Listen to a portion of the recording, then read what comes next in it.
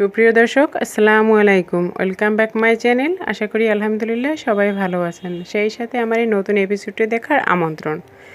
দর্শক, আজকে আমি আপনাদেরকে তৈরি করে দেখাবো ঘরোয়া মশলায় অথেন্টিক পদ্ধতির কালা ভুনা রেসিপি।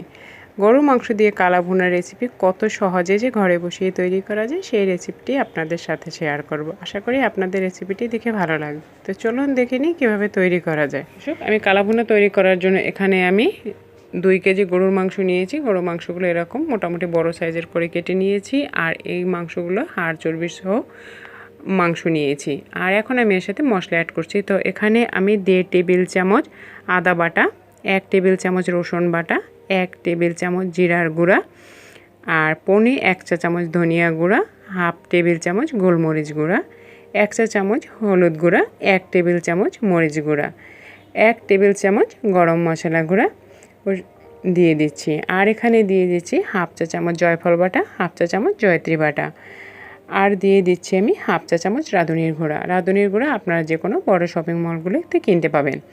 আর এখানে অ্যাড করে দিচ্ছি আমি হাফ কাপ পেঁয়াজ কুচি ও হাফ কাপের একটু কম পেঁয়াজ বেরেস্তা। অবশ্যই যদি কালো ভুনা তৈরি করতে হয় পেঁয়াজ বেরেস্তা অবশ্যই দিতে হবে। আরও দিয়ে দিচ্ছি এখানে আমি কিছু গোটা মশলা, 7-8টি এলাচ, 8-10টি লবঙ্গ, 3-4 টুকরা দারুচিনি ও 3টি তেজপাতা। এখন আমি তেজপাতাগুলোকে ভালো করে ছিঁড়ে নিচ্ছি, মানে মাঝখান থেকে দুটো ভাগ করে নিয়েছি। আরও এর সাথে অ্যাড করছি ভিনেগার। এখানে আমি 1 টেবিল চামচ ভিনেগার দিয়ে দিচ্ছি। আর 1/4 কাপ সাদা রান্নার রেগুলার তেল আর 1/4 কাপ সরিষার তেল দিয়ে দিচ্ছি। আপনারা চাইলে শুধু সরিষার তেলও দিতে পারেন। আর এখানে আমি স্বাদ মতো লবণ দিচ্ছি। এখানে আমি 2 চা চামচের মতো লবণ দিচ্ছি। লবণটা অবশ্যই কমিয়ে দিতে হবে, কারণ আমি পরে বলছি। এখন আমি সমস্ত মশলাগুলোকে মাংসের সাথে ভালো করে মিশিয়ে নিলাম। অনেকক্ষণ ধরে প্রায় 7-8 মিনিটের মতো আমি কিন্তু মেখে নিয়েছি। মাখতে মাখতে যখন মাংসের সাথে মশলাটা ভালোভাবে মিশে গেছে তখন আমি বন্ধ করে দিয়েছি। এখন চলে এসেছি চুলায় আমি রান্না করার জন্য। আপনাদের হাতে সময় থাকলে আপনারা কিন্তু মাংসটা রেস্টেও রেখে দিতে পারেন। তো চুলাটা জ্বালিয়ে আমি আবার একটু ভালো করে নেড়ে চেড়ে দিলাম। এখন একটি ঢাকনা চাপা দিয়ে 5 মিনিটের মতো আমি হাই হিটে জাল করছি। তো জাল করে দেখুন 5 মিনিটের ভিতরেই কিন্তু মাংসটার থেকে পানি ছেড়ে দিয়েছে। আর এখন এই মাংসটাকে জাল করে করে কিন্তু এই পানিটাকেই আবার শুকোতে হবে। তবে আমি আবারও নেড়ে চেড়ে দিলাম আর চুলোটাকে এখন আমি মিডিয়াম আঁচে নিয়ে আসলাম। এই অবস্থায় ঢাকনা চাপা দিয়ে আরও কতক্ষণ রান্না করলাম, প্রায় 15 থেকে 20 মিনিটের মতো।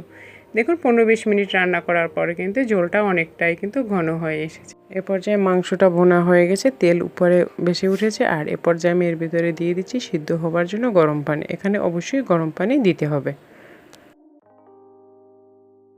তো এখন আমি আবারও নাড়িয়ে চেড়ে ভালো করে এখন আবার মিডিয়াম আঁচে রেখে একটি ঢাকনা চাপা দিয়ে ঢেকে দিলাম। ফিরে আসলাম কিছুক্ষণ পরে। তো দেখুন এর মাঝেও এসে আমি কয়েকবার নাড়া দিয়ে গেছি। মাংসটা কিন্তু অনেকটাই ঝোলটাও ঘন হয়েছে আর কিন্তু কালারটাও আস্তে আস্তে চেঞ্জ হতে চলেছে। আবারও ঢাকনা দিয়ে আবারও কিছুক্ষণ রান্না করলাম। জানেন তো আপনারা গরুর মাংস সিদ্ধ হতে অনেকটা সময় লাগে। আর কানা ভুনা মাংস রান্না করতে যতটা সময় নিয়ে ধীরে ধীরে রান্না করা যায় ততটাই কিন্তু এর স্বাদ দ্বিগুণ বেড়ে যায়। আর এটা কালার ও স্বাদ বাড়ানোর জন্য এখানে আমি 1.5 টেবিল চামচ সয়া সস দিয়ে দিচ্ছি। এটা কালার ও স্বাদ দুটোই কিন্তু বেড়ে যাবে। আর এরকমভাবে আমি নাড়তে থাকবো। নাড়তে নাড়তে দেখুন মাংসটা কিন্তু অনেকটাই শুকিয়ে এসেছে। আর শেষ পর্যায়ে এখানে আমি আবারও দিয়ে দিচ্ছি 1 টেবিল চামচের একটু কম রাঁধুনির গুঁড়া। তো দেখুন মাংসটা কিন্তু অনেকটাই শুকিয়ে এসেছে এবং মাংসটা সিদ্ধ হয়ে গেছে। এ পর্যায়ে আমি একটি বাগার দিয়ে নেব। তা এখানে আমি দিয়ে দিচ্ছি 2 টেবিল চামচ সরিষার তেল। এর ভিতরে দিয়ে দিচ্ছি 3-4 কোয়া রসুন কুচি করে। আর এখন আমি এর ভিতরে দিয়ে দিলাম কিছু পেঁয়াজ কলি করে কেটে নিয়েছি। এখানে আমি 2টি পেঁয়াজ বড় সাইজের কলি করে কেটে নিয়েছি। সেগুলো দিয়ে কিছুক্ষণ ভেজে নেব। এটা আমি বাগারের জন্য করছি। আর দিয়ে দিচ্ছি 4-5টি শুকনো মরিচ। অবশ্যই এই বাগারটি দিতে হবে কালা ভুনার সঠিক স্বাদ আনার জন্য।